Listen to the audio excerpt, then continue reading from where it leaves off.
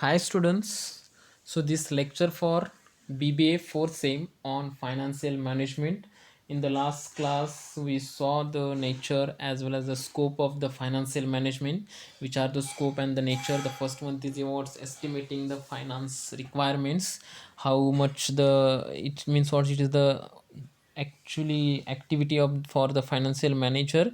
It means what he has to estimate the financial requirements for the working capital, how many rupees requirement, as well as the for the fixed capital purpose how many is required. Okay, so this he has to estimate, as well as the deciding capital structure.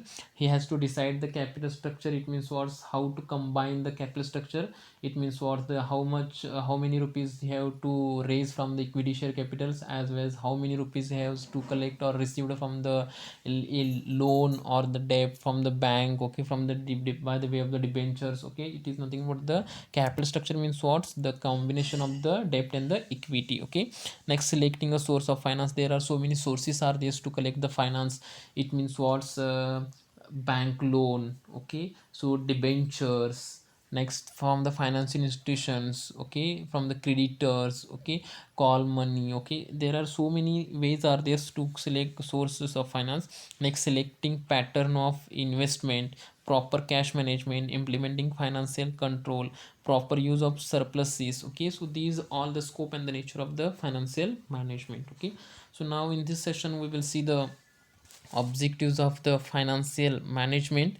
So these are the two, there are two objectives main: basic objectives and the observed objectives. And the first one is what's the basic objectives. Okay, and the basic objective includes what the three objectives, which is the profit maximization, wealth maximization, and the maintenance of liquid assets. Okay, so now first one is what's the profit maximizations. Okay, so every business has one specific goal or the aim or the objectives he has to going to achieve, and the main objective of the business or the company is what's to earn the profit. Okay, what's to earn the profit, it means what's the profit earning is the main objectives of the business. Okay, so it means it covers cost to survive and provide funds for growth. Okay, so profit of the business, no, it's measures of efficiency of a business enterprises. Okay, so these are what's the related the profit maximization. Okay, the profit maximization has so many advantages. It means what's profit is the basic advantages. For example, the profit is the basic purpose of business. Okay, as well as the profit is a performance measuring yardsticks. Okay, it means what the success or failure of a business can be measured in terms of the profit. Okay, if it is the business is getting more profit, then it is nothing but what the it is the profitable. But it is the if it is getting loss, then it is the failure. Okay, if it is getting more profit, then it is the success of the business. Okay, like this there are so many is there. As well as the profit maximization attracts funds from savers and investors. Okay, profit maximization is ultimate guide to resources allocation. Like this there are so many advantages are there. Okay, so next one is what's the wealth maximization. Okay, so wealth maximization, it means what's so this is the wealth maximization. It is in the it means maximization of shareholders wealth. Okay, it's maximization of the shareholders wealth. It's measured by the it means it is wealth maximization is measured by the earning per shares. Okay, as well as the dividend per shares. Okay, as well as the market value of assets. Okay, like this they are ascertaining like this. And with the help of this, the better and the efficient financial management. Okay, so it means what it is the measured the EPS or the DPS or the NPV. Okay, net profit volume. Okay, like this they are ascertaining. And the main aim of the financial management is to see that the value of shares as well as stock is maximized by managing the sources and applications of funds economically and the efficiently and effectively. Okay, so this is about the wealth maximization.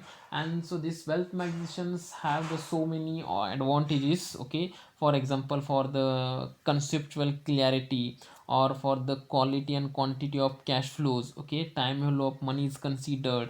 as well as the maintain solvency, protect liquidity. Okay, so these are the advantages are theirs.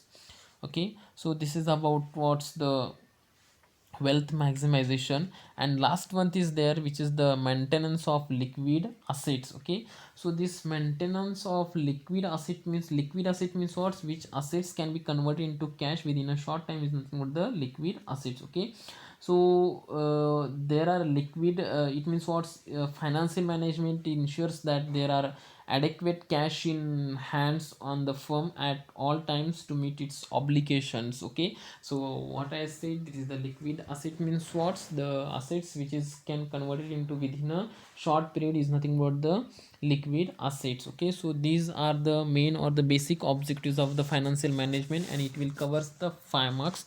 Otherwise they will ask the what is the difference between the profit maximization and the wealth maximizations, we will see that also. Okay, so next one is the what, these are the other objectives are theirs. Okay, first one is yours, to utilize effectively the available financial resources. Okay, so it means whatever they are having the resources, financial resources, like the equity share capital, preference share capital, debentures. Okay, bank from bank loan from the banks, loan from the finance institutions. Okay, so these effectively they can use. Okay, so this is the main or the other objectives of the financial management. Second one is what's to provide social welfare. Okay, so whatever they are earning the profits, out of that profit some part or the some percentage shall be incur for the social welfare purpose. Okay, so next to build up adequate reserves for financing growth and expansion. Okay, whatever got the profit, out of that profit some part or some percentage they should be kept aside for the reserve, for the general reserve. Okay,